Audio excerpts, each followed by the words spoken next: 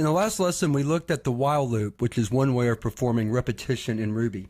In this lesson, we're going to look at a similar loop called the until loop. So let's go ahead and open up a Ruby program so we can take a look first at the general form. Here's the general form of the until loop.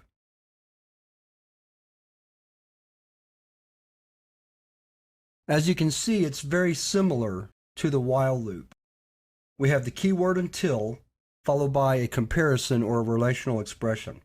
Until that comparison becomes true, then we perform the statements inside the loop.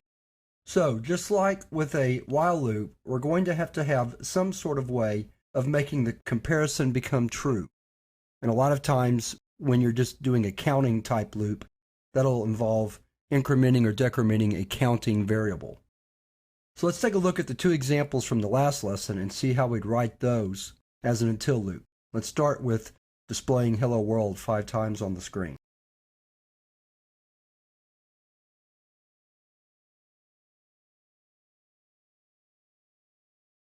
Here we initialize count to 1, and now we say until count is greater than 5.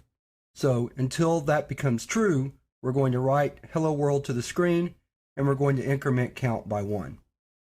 So let's take a look at how that program works.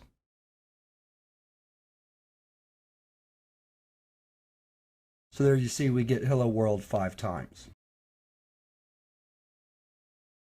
Let's comment out this program and write another small one to demonstrate the until loop. We'll do the summing the first 10 integer problem again. So we start off by initializing a sum, initializing a variable to store the numbers, and then our loop.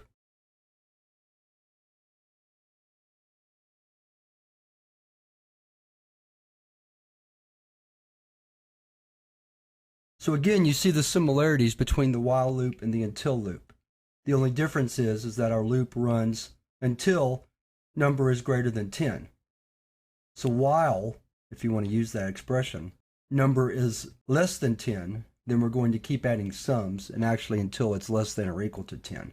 It's only when number becomes greater than 10, then this expression becomes false, and we break out of the loop. So let's see how that program works. Again, we're looking for the sum of 55. And we forgot to put S at the end, so let's add that real quick. Try it again. And there's our 55. So in review, the until loop has a comparison, and our loop executes until that comparison becomes true. And at that point, then the loop stops. So in the first example, until count became greater than 5, we would write hello world to the screen, or the program would. In the second example, we kept adding a number till sum until the value of number became greater than 10. So the until loop and the while loop are very, very similar, and they just use a little bit of different logic in the comparisons.